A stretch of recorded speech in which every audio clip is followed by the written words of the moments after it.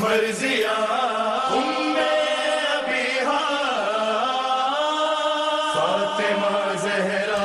بسم اللہ الرحمن الرحیم. معزز ناظرین سلام علیکم. میں ہوں ساجد رضوی. آپ تمام ناظرین کو خوش آمدید کہتا ہوں ہمارے بے حد ہی خاص پروگرام جشن زہرا سلام اللہ علیہا میں. جی ہاں ناظرین، سب سے پہلے آپ تمام ناظرین کی خدمت میں ولادت باسعادت خاتون جنت جناب فاطمہ زہرا سلام اللہ علیہا کے ولادت اور مبارک موقع پر آپ تمام ناظرین کو ہدیہ تبریک پیش کرتا ہوں. جی ہاں ناظرین، یقین مانیں آج بے حد ہی خوشی کا موقع ہے. اس موقع پر ہم سب کو جناب فاطمہ زہرا سلام اللہ علیہا کی ولادت کے موقع پر خوشی منانا چاہیے اور لوگوں کو بتانا چاہیے کہ آج رسول کے گھر میں خوشی کا دن ہے. جی ہاں ناظرین، اس مبارک اور مسعود موقع پر آئیے ہم ملاقات کرتے ہیں اور استقبال کرتے ہیں ہمارے شو پر عالی جناب مولانا جوہر عباس صاحب قبلہ کا. السلام علیکم. وعلیکم السلام ورحمۃ اللہ وبرکاتہ. کیسے ہیں آپ؟ الحمدللہ قبلہ آپ کا بہت بہت شکریہ، آپ نے وقت نکالا اور آپ کو ہم جو ہے ولادت کی بہت بہت مبارکباد پیش کرتے ہیں. آپ کو مبارک ہو، تمام ناظرین کو یہ مبارک دن مبارک ہو. بہت شکریہ. جی ہاں ناظرین، آج جیسا کہ ہم نے کہا کہ بہت خوشی کا موقع ہے. آپ تمام ناظرین کی جانب سے وقت کے امام عصر علیہ السلام کی خدمت میں بھی ہم ولادت کی بہت بہت مبارکباد پیش کرتے ہیں. اور آج جاننا ضروری ہے جناب فاطمہ زہرا سلام اللہ علیہا کے بارے میں، کیونکہ ایسے موقع ہم چھوڑتے نہیں ہیں. ہم جانتے ہیں کہ آپ تمام انتظار کرتے ہیں کہ جس بھی معصومین کی ولادت ہوتی ہے ان کے بارے میں تھوڑا سا معرفت حاصل کریں. قبلہ میں چاہتا ہوں کہ مختصر وقت میں آپ جو ہے شہزادی سلام اللہ علیہا کا تعارف کرائیں. جی، بسم اللہ الرحمن الرحیم. نحمدہ و نصلی علی نبیہ الکریم و آلہ الطیبین الطاہرین و لعنۃ اللہ علی اعدائہم اجمعین. تاریخی تعارف کو مد نظر رکھا جائے تو شہزادی سلام اللہ علیہا 5 بعثت یعنی بعثت کے 5ویں برس اس دنیا میں تشریف لاتی ہیں. یعنی پیغمبر اسلام کی عمر مبارک اس وقت 45 برس کی تھی. اور 7 بعثت سے لے کر 10 بعثت تک وہ مشہور قریش کی کفار کی طرف سے پیغمبر اسلام کے پورے قبیلے کو جو بائیکاٹ کیا گیا 7 سے 10 بعثت تک. اور اس کے بعد پیغمبر اسلام ہجرت فرما جاتے ہیں. یعنی آپ سوچیں کہ 14 بعثت کو اگر آپ لیں اور بلکہ ربیع الاول میں ہی وہ ہجرت ہو گئی تو اس حساب سے شہزادی سلام اللہ علیہ 8.5 برس کی عمر یا 8 برس کی عمر اس وقت ہوتی ہے. اور ہجرت کے وقت. اور اس کے بعد شہزادی سلام اللہ علیہ مدینہ آ جاتی ہیں. اور 1 ہجری میں چھوٹی موٹی جنگیں ہوتی رہتی ہیں لیکن کوئی بہت بڑا ایونٹ نہیں ہوا. لیکن 2 ہجری میں جنگ بدر بھی ہوتی ہے، شہزادی سلام اللہ علیہ کی شادی بھی ہوتی ہے اسی سال. اور 3 ہجری میں جنگ احد ہو جاتی ہے اور شہزادی سلام اللہ علیہ کے وطن مبارک سے حضرت امام حسن السلام اس دنیا میں تشریف لاتے ہیں. 4 ہجری میں امام حسین السلام اور 5 ہجری میں شہزادی زینب سلام اللہ علیہ اور 6 ہجری میں جناب ام کلثوم سلام اللہ علیہ. اور ان تمام حالتوں میں آپ دیکھ سکتے ہیں کہ جنگیں بدستور جاری تھی. اور اس کے بعد 9 ہجری میں شہزادی سلام اللہ علیہ کو مشہور واقعہ جسے آپ عید مباہلہ کے نام سے یاد کرتے ہیں.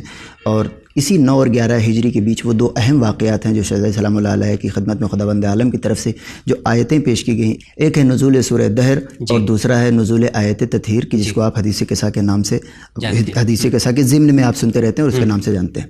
اور اس کے بعد 11 ہجری کی ابتدائی ایام تھے، یعنی ربیع الاول سے پہلے 28 صفر میں پیغمبر اسلام اس دنیا سے تشریف لے جاتے ہیں اور اس کے بعد شہزادی سلام اللہ علیہ اسی سال اس دنیا سے تشریف لے جاتے ہیں. لہٰذا تاریخی لحاظ سے کوئی بہت بڑا وقفہ نہیں ہے کہ جس کو وقت لگے شہزادی سلام اللہ علیہ کے تعارف میں.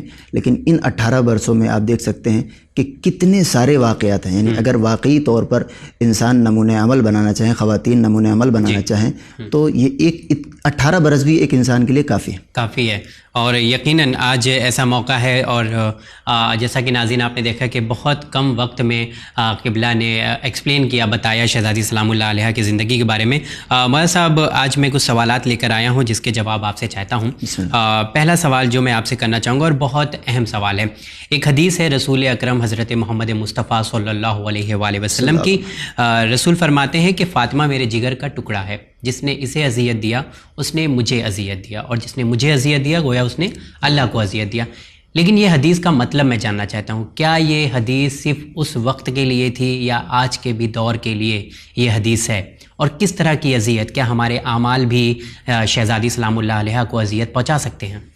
دیکھیں، بالکل وہ انسان کی جو شہزادی سلام اللہ علیہ کو اور معصومین علیہ السلام کو حاضر و ناظر جانتا ہے اس کے لیے تو اس بات کے یقین میں کوئی شبہ نہیں ہونا چاہیے کہ شہزادی یا دیگر معصومین جس طریقے سے اگر ہمارے اعمال پر اس زمانے میں رنجیدہ خاطر ہو سکتے تھے تو آج بھی ہم ان کو رنجیدہ کر سکتے ہیں۔ ایک چیز اس میں غور کرنے کے قابل جناب حضرات کی خدمت میں عرض کرنا چاہتا ہوں، اور امام زمانہ علیہ السلام سے تو باقاعدہ روایت ہے کہ اعمال جب پیش ہوتے ہیں تو امام علیہ السلام رنجیدہ ہوتے ہیں ہمارے ان اعمال سے، اور آپ نے محمد بن ہلال سے فرمایا تھا کہ لقد آذانا جہلاء الشیعہ وحمقاؤہم، ہمیں شیعوں کے جاہل اور احمق گروہ نے اذیت پہنچائی ہے، تو لفظ اذیت بھی اس میں موجود ہے، ٹھیک ہے۔ تو اگر ایک امام کو آپ حاضر و ناظر جانتے ہیں تو ہمارے نزدیک تو بقیہ معصومین بھی اسی طریقے سے، تو اگر ایک امام کو ہم اذیت پہنچا سکتے ہیں تو دوسرے معصوم کو بھی اذیت پہنچا سکتے ہیں۔ ایک چیز جو میں یہاں پر ایڈ کرنا چاہتا ہوں آپ کے اس سوال میں، آپ اگر غور کریں، بڑی قابل غور بات ہے کہ امام علیہ السلام نے بھی آپ کے اعمال کو ہی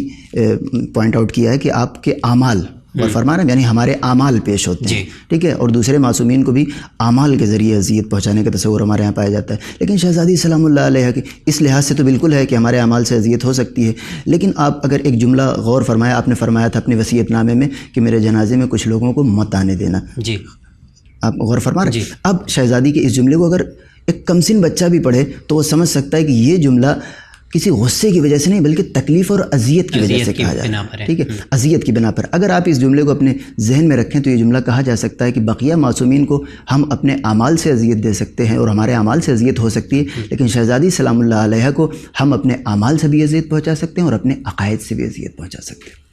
اچھا، کیونکہ شہزادی نے فرمایا کہ یہ لوگ ہمارے جنازے میں نہ آنے پائیں، لہذا شہزادی اذیت ناک مراحل سے گزر کر بالکل آخری مرحلہ، یعنی جس کے بعد کوئی ایسا نہیں ہے کہ کوئی ایسا واقعہ ہوا ہوگا کہ شہزادی راضی ہو گئی ہوں گی یا وہ معاملات ختم ہو گئے ہوں گے، تو وہ معاملات شہزادی لے کر گئی، لہذا ہم اپنے اعمال پر بھی دھیان دیں، خاص طور سے اپنے اعمال کی اگر میں بات کروں تو کس طرح کے اعمال سے اذیت پہنچ سکتی ہے، کیونکہ ہم نارمل لائف جی رہے ہیں اور ہمیں اندازہ نہیں ہوتا ہے، مطلب کچھ باتوں کی طرف اشارہ کریں میں چاہتا ہوں۔ جی بالکل، سب سے اہم بات جو ہے وہ یہ کہ معصومین علیہ السلام آپ کو راہ راست پر لے جانے کے لیے آئے، جی ٹھیک ہے، بلکہ ان کی معرفت کا خلاصہ یہ ہے کہ آپ ان کے کہے کو مانیے اور آپ ان کے ارشادات کے اوپر عمل کیجیے۔ تو اگر آپ ان کے فرمودات پہ عمل نہیں کرتے، مثلا ایک انسان اہل بیت علیہ السلام کا بنیادی نقطہ نظر یہ نہیں تھا کہ آپ ان کو مان لیجئے، آپ ان کو مانتے ہیں کیونکہ ان کے بغیر آپ اللہ کو نہیں سمجھ سکتے، جی بالکل، تو ان کا بنیادی مقصد یہ تھا کہ آپ کو اللہ تک لے جائیں، توحید کو آپ کے وجود میں اتارنا چاہتے تھے، اور یہ خداوند عالم کی ساری عبادتوں کو یہ جو تانا بانا بنا ہوا ہے اس لیے کہ ہم فلاح پا سکیں، لہٰذا کر کے انسان کوئی ایسا عمل انجام دیتا ہے جو اس کی فلاح اور بہبود کے راستے میں روڑے اٹکاتا ہو تو اس سے بلا شبہ معصومین علیہ السلام کو اذیت ہوتی ہے۔ ہر وہ کام کہ جو آپ کو خداوند عالم سے دور کر دے، خداوند عالم کا لطف ہی تو ہے جو آپ کے درمیان معصومین ہے، بالکل بالکل، لہٰذا معصومین کو خداوند عالم نے بھیجا کس لیے؟ تاکہ آپ کو اللہ سے قریب کر سکے۔ اب اگر آپ اللہ سے کسی بھی عمل سے دور ہوتے ہیں تو گویا معصومین کے اس جو ان کی ڈیوٹی ہے اور وہ جو ان کی ذمہ داری ہے اس میں آپ نے رخنہ اندازی فرمائی ہے۔ تو اس طرح میرے خیال سے ہر وہ عمل کہ جو معصومین علیہ السلام کے بتائے ہوئے راستے پر چلنے کے بجائے کسی اور طرف آپ کو لے جائے، اس سے اذیت ہو سکتی ہے، اس سے اذیت ہو سکتی ہے۔ مصحف ایک اور حدیث ہے، حدیث معصومین میں ملتا ہے کہ جناب فاطمہ زہرا سلام اللہ علیہ کی معرفت کے سلسلے میں ہے کہ اگر تم نے جو ہے جس نے جناب فاطمہ زہرا سلام اللہ علیہ کی معرفت حاصل کر لی گویا اس نے شب قدر درک کر لیا۔ یہاں میں یہ حدیث کو سمجھنا چاہتا ہوں کہ کس طرح کی معرفت ہمیں حاصل ہونا چاہیے کہ اسے شب قدر کے جو ہے مطلب فار ایگزامپل اگر ہم نے معرفت حاصل کر لی جناب فاطمہ زہرا سلام اللہ علیہ کی تو گویا ہم نے شب قدر جو ہے درک کر لیا۔ اس حدیث کو بتائیں۔ اس حدیث کو اگر آپ سمجھنا چاہیں تو اس پوری حدیث کو ہی آپ پڑھ لیں تو اس میں امام فرماتے ہیں کہ انا انزلناہ فی لیلۃ القدر، اور آپ اس کے بعد فرماتے ہیں کہ اللیلہ ہی فاطمہ والقدر اللہ، کہ یہ جو رات کا تذکرہ ہے وہ شہزادی سلام اللہ علیہ اور قدر اللہ ہے، ٹھیک ہے۔ فمن عرف فاطمہ عارفا بحقھا فقد ادرک لیلۃ القدر، تو امام فرماتے ہیں کہ جس نے شہزادی سلام اللہ علیہ کو سمجھ لیا اس نے شب قدر کو سمجھ لیا، ٹھیک ہے۔ اب اس کا اصل مفہوم یہ ہے جو مفسرین اور